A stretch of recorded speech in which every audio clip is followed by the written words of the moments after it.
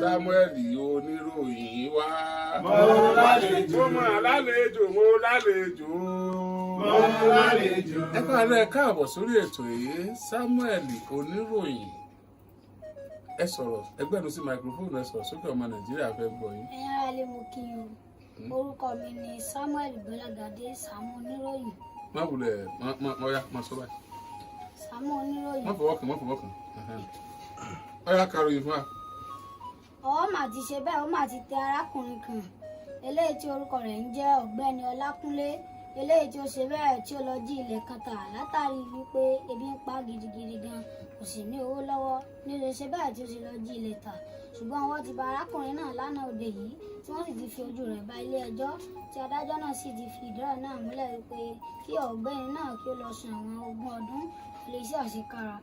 Àbí nǹkan ṣe ni. Wọ́n lọ sí ẹ̀wọ̀n 20 ọdún pẹ̀lú iṣẹ́ àṣekárakára. Mo yà sọ pé kárakára. Kárakára. Kíláàsì wo ló wà? SS1A. SS1A. Yes, nígbà tí mo bẹ́ẹ̀ sọ̀rọ̀, ó ló fẹ́ ṣe iṣẹ́ dókítà oníṣègùn òyìnbó, àbí? Mo dẹ̀ sọ fún ẹ pé gbàgbé ẹ̀, má ṣe dókítà oníṣègùn òyìnbó. So o ti fara mọ́ ìmọ̀ràn tí mo fún ẹ, àbó sì ń rò lọ́wọ́. Bẹ́ẹ̀ni, mo ti fara mọ́. Ó ti fara mọ́ Bẹ́ẹ̀ni. wípé ó ṣe iṣẹ́ ìròyìn. Bẹ́ẹ̀ni. Nínú ọ̀rọ̀ tí mo bá ẹ sọ lọ́jọ́ ẹ̀, mo sọ fún ẹ pé ìgbà tí Ọlọ́run ti dá kálukú, òun ló ti fún ní tí ó jẹ́ látọ̀run wá sáyé. Ẹ̀bùn tó sì dá fún ẹ yìí ní Bíbélì sọ pé ẹ̀bùn rẹ yóò lànà fún ẹ. Ìgbà tó o ti ní ẹ̀bùn yẹn ni màá fẹ́ kó o roko mọ́.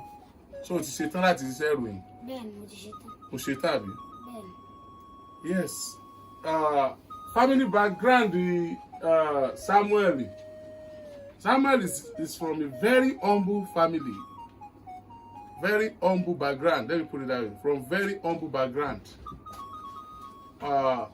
Bàbá rẹ̀ ó wà nínú oko tó ṣiṣẹ́ àṣekára báyìí. Àwọn ẹ̀gbọ́n rẹ̀ ni wọ́n jọ wà ní Ìbàdàn tí wọ́n gbìyànjú. Nítorí pé wọ́n fẹ́ lọ iléèwé ni wọ́n fi wà n'Ìbàdàn tí òbí wọn wà nínú oko. Ìkan nínú ẹ̀gbọ́n Samuel gan ò tún sí Ìbàdàn.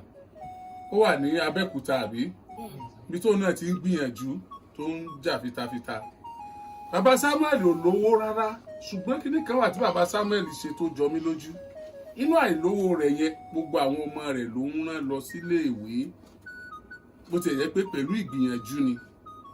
Ẹ̀gbọ́n Samuel tó jẹ́ bí tó léwájú wọn nínú kó wà ní 400 level ní ìsinmi ká ní pé owó wà.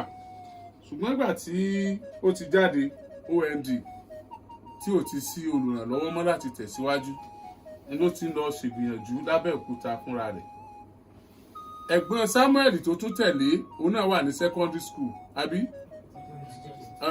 Ó ti jáde secondary school. Ó fẹ́ ṣe ó lọ kọ́ṣẹ́ tailor. Ó fẹ́ ṣe freedom kó náà tún padà sí school. Samuel oníròyìn òun ló fi gbogbo ẹbí yẹn hàn bẹ́yẹn. Ẹbí yẹn wà tẹ́nìkan kan ò ríran rí wọn. Ṣùgbọ́n ìtú wọn bà mí nú jẹ́ ni pé ọ̀pọ̀lọpọ̀ àwọn ẹ̀bùn yìí tó bá ti jáde táyé bá ti sù wọ́n, òwò ṣùkùṣùkù dá wáíwáí ni.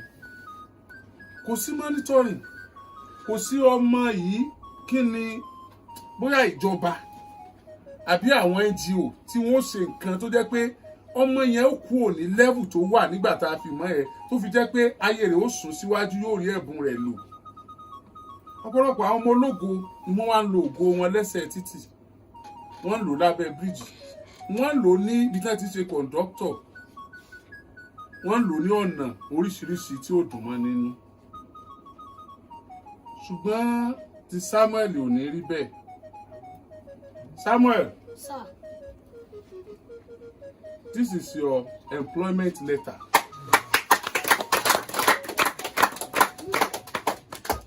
Agidigbo FM mo employ rẹ lónìí gẹ́gẹ́ bí staff Agidigbo.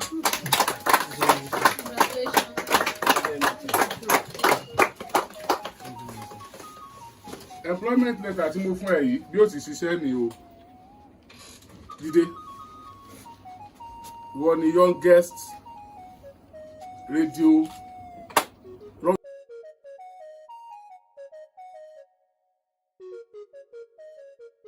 Àròyé TV rèé ẹ láìkì ẹ sọ̀scribe kẹ́ ẹ sì máa fọ́lọ́. Òkè la wà téńté.